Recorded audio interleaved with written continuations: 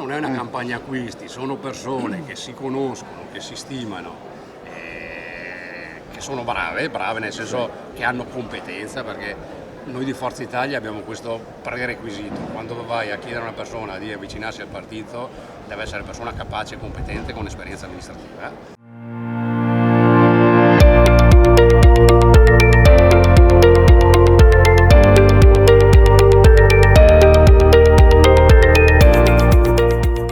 Venerdì 8 settembre, sotto la loggia dei 300 in Piazza dei Signori a Treviso, si è tenuta la conferenza stampa che ha visto presenti il coordinatore regionale Flavio Tosi e quello provinciale Fabio Chies, il vice sindaco Andrea De Checchi, che hanno ufficializzato il passaggio dell'ex senatore Giampaolo Vallardi della Lega Nord a Forza Italia.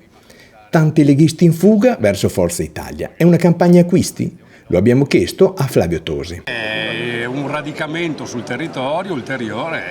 Il presidente Berlusconi, compianto presidente, e il segretario Antonio Tajani questo mi chiesero un anno fa, poi sono stato nominato coordinatore regionale proprio con questo mandato: far ripartire la crescita di Forza Italia, che in Veneto è stata per moltissimi anni il primo partito.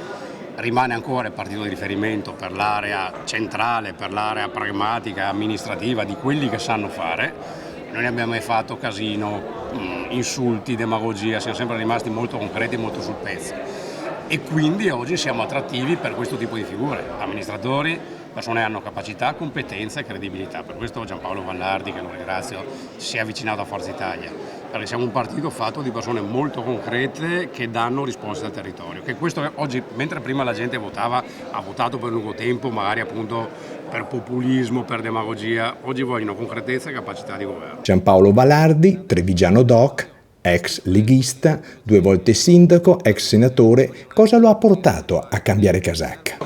Ho dato tanto e ho ricevuto tanto, un po' di nostalgia, devo dire, non sarei, è umano avere nostalgia, ma è fortemente compensata dall'entusiasmo che ho trovato in questo gruppo di amici e che mi danno la possibilità di poter essere di nuovo vicino a tutti i cittadini che da sempre ho cercato di servire e che servirò ancora con entusiasmo, e spero di dare una mano a risolvere i loro problemi.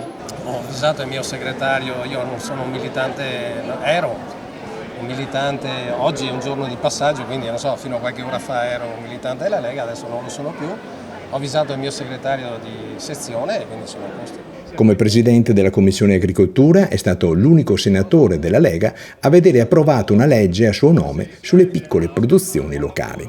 Forte di questa esperienza, Flavio Tosi, coordinatore regionale di Forza Italia, gli è chiesto di essere il referente per i settori agricoltura e innovazione tecnologica a livello regionale.